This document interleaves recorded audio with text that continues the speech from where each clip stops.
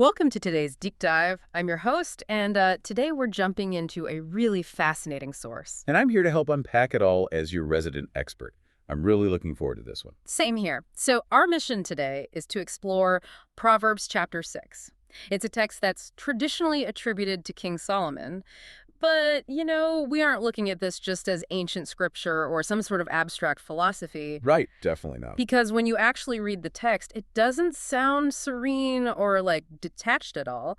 It reads more like a panicked survival guide from a father who's basically grabbing his kid by the shoulders, essentially saying, listen to me, or you are going to absolutely destroy your life before it even starts. Yeah, the urgency is just palpable right from the very first verse. I mean, we are looking at a text that totally bypasses the theoretical and plunges directly into the highest stakes areas of a person's daily existence. Exactly. And so for you listening, what we want to do is unpack 4 critical areas of everyday wisdom from this text. We're looking at finances, work ethic, character, and integrity. And we're going to extract the modern applications for you too. Right, because even though we don't worry about literal debt slavery in the same way today, the underlying physics of human behavior, they haven't changed one bit. That phrase right there, the physics of human behavior, that is the perfect lens for this. The overarching theme of this entire chapter is causality. Causality. Yeah, it's basically a masterclass in observing how seemingly microscopic everyday choices, things we barely even register in the moment, inevitably cascade into these massive life-altering consequences. Okay, let's unpack this, because the text starts with a scenario that feels incredibly relevant, even if the ancient mechanics were, a bit different. Right. It opens with this frantic warning about becoming surety for thy friend, Right. or striking hands with a stranger. Right, so to give some context, in the ancient Near East, striking hands was the equivalent of a legally binding contract. You're basically acting as a guarantor for someone else's debt. And the imagery used to describe this is so visceral, the text tells the reader, if you've done this, you are snared with the words of thy mouth. You're caught. Yeah, you're caught. And the father's advice isn't to just, be careful next time. He says you need to deliver yourself like a roe, a deer from the hand of the hunter. Or a bird from the fowler, yeah. Exactly. He actually says, give no sleep to thine eyes, nor slumber to thine eyelids, until you've humbled yourself and basically beg your friend to release you from the deal. I mean, it sounds like a hostage negotiation. Well, because financially it essentially was a hostage situation. Guaranteeing a debt in an agrarian, ancient economy wasn't just some minor administrative risk. Right. If the person you vouched for defaulted, say due to a bad crop or illness or just pure irresponsibility, the creditor came directly to you. Oh, wow. And if you didn't have the liquid assets, which, most people didn't back then, you forfeited your land, your means of producing food, or even your physical liberty. You could literally become a debt slave. That is terrifying. When I read that, I couldn't help but think about how casually we enter into agreements today. It feels a lot like hastily clicking agree on a modern terms and conditions page. Oh, absolutely. We just scroll to the bottom and click, assuming everything will be fine. Or worse, we co-sign a lease for a family member or guarantee a loan for a friend who's starting a business, and we do it entirely based on emotion. We do it because we value the relationship. We want to be helpful. Right. But we're betting our actual livelihood on someone else's unpredictable behavior. We convince ourselves that our good intentions are like a shield. We think, well, I'm doing a nice thing, so it's obviously going to work out. But the hard truth this text exposes is that good intentions do not eliminate risk. I mean, the mathematics of debt do not care how much you love your friend. If they default, you pay. Yeah, the math is totally indifferent. Exactly. So the wisdom here isn't necessarily about being selfish. It's about deeply understanding the legal and financial implications of your words. It's a call to radical financial responsibility. And a warning against the pressure to guarantee outcomes you just simply cannot control. Yes. Because the psychological pressure of saying no to a friend who needs help is immense. Oh, it's huge. You feel like a jerk. Right. But this text is essentially saying that the temporary awkwardness of refusing to co-sign is infinitely better than the permanent destruction of your own life. And ironically, the destruction of that friendship when the debt goes bad. It's basically preserving the relationship by refusing to introduce toxic financial leverage into it. Precisely. So if that first section is a warning against doing too much, against proactive recklessness, The text then takes a really fascinating turn. It suddenly pivots to the complete opposite danger. The danger of doing too little. Exactly, passive recklessness. We move from the frantic energy of escaping a hunter's snare to the slow, creeping decay of the sluggard. Right, and verse 6 is one of the most famous in the text. Go to the ant, thou sluggard, consider her ways and be wise. And the detail that really struck me in the sources is the observation that the ant has no guide, overseer, or ruler. Yet she still provides her meat in the summer and gathers food in the harvest. Yes. It's such a profound observation of self-motivation. Yeah, there is no, middle manager ant walking around with a tiny clipboard enforcing quotas. Right. No quarterly performance reviews for the ants. Exactly. They just do the work because the work is intrinsically necessary for survival. Here is where I struggle with the text a bit, though. The father warns the lazy person that if they indulge in just a little sleep, a little slumber, a little folding of the hands to sleep, their poverty will come as one that traveleth, and thy want as an armed man. You find that metaphor a bit extreme. I do. I mean, when I think about my own life or just modern procrastination in general, like putting off updating a resume or ignoring a retirement account because the app stresses me out, it doesn't feel like a violent home invasion. Right, sure. Laziness feels more like a slow, quiet leak in a tire. You just kind of drift into mediocrity. Why does the text describe it arriving like an armed man kicking down the door? It's a great question. To reconcile that disconnect, we really have to step back into their world. In an ancient agricultural society, consequences weren't a slow leak.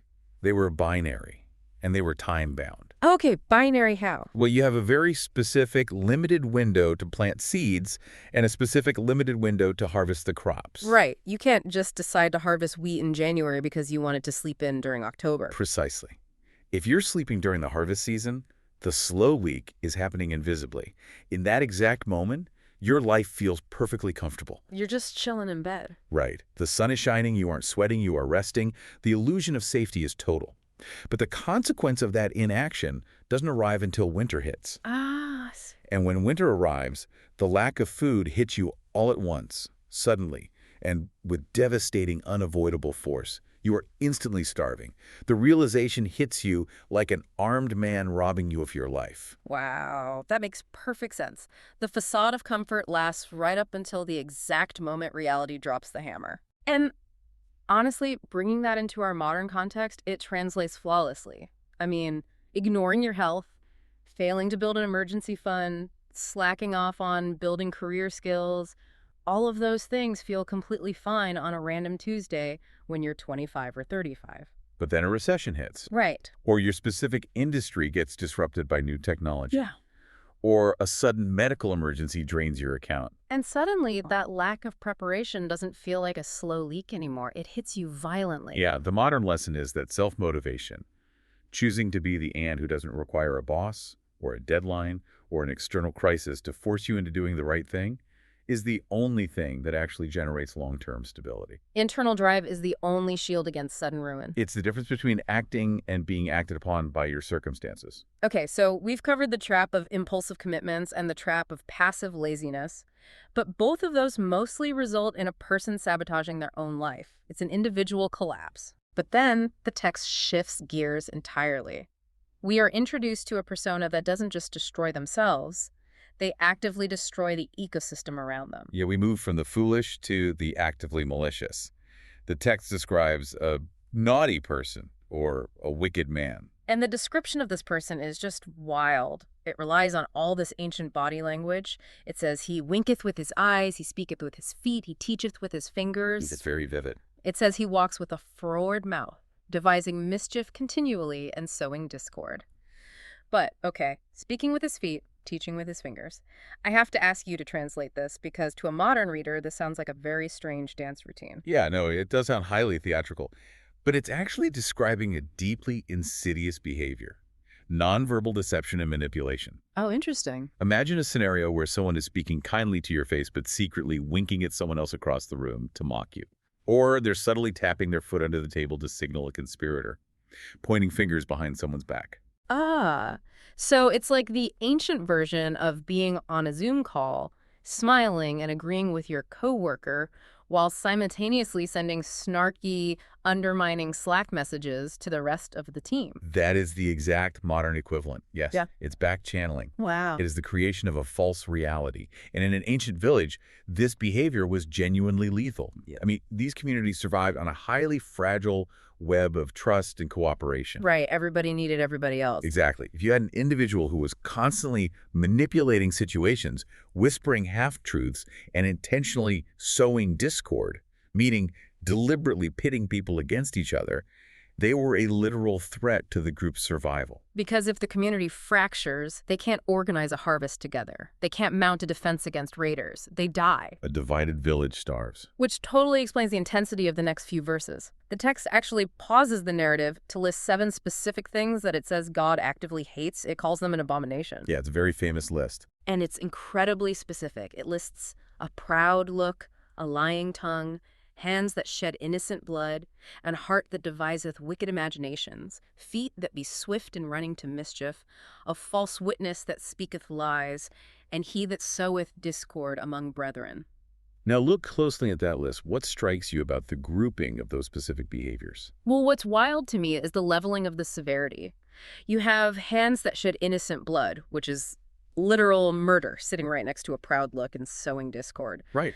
In our modern legal system, one of those gets you life in prison, and the other just makes you a really annoying person to be around. But the text treats them with equal disgust. That is the key insight right there. The text groups them together because they share the same destructive DNA. They all annihilate truth, and they all annihilate community. Oh, wow. Pride elevates the self at the absolute expense of others. Lying and bearing false witness destroy our ability to share a common reality. Sowing discord shatters the trust required for relationships to even function. So what does this all mean for us today?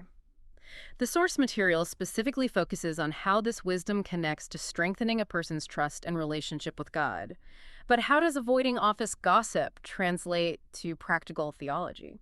It translates because it reviews the character of the architect. Healthy, modern organizations, functional families, deep friendships, they still rely entirely on the exact opposites of these destructive traits. Right. They require honesty, humility, fairness, and cooperation to survive. When the text tells us that God hates these destructive, divisive behaviors, it's giving us a clear map of what God actually values. He values truth. He values unity and human flourishing. Exactly. By actively rejecting these manipulative behaviors in our own lives, we aren't just making our workplaces or families less toxic. We're actually aligning our personal character with the character of God. We're acting in a way that respects the dignity of the people around us. Yes. And that daily practice of integrity directly strengthens our relationship with the Creator because we are operating within His design parameters for a good life. Your spiritual life isn't compartmentalized to what you do in a place of worship. It's measured by whether or not you are a safe, trustworthy person in your neighborhood and your home. I love that. Which leads us directly into the final and arguably the most intense warning in the entire chapter. We just talked about the destruction of communal trust. But verses 20 through 35 drill down into the ultimate form of personal, intimate betrayal, which is adultery. Yeah. The father in the text practically begs his son to bind these instructions to his heart, to let them be a lamp to keep him from the flattery of the tongue of a strange woman. And the text uses these haunting, inescapable rhetorical questions to make the point. Verse 27 asks, "Can a man take fire in his bosom and his clothes not be burned? Can one go upon hot coals and his feet not be burned?" And the answer is obviously no. It's a law of nature. Right. There is that theme of causality returning again, the absolute physics of human behavior. Yeah.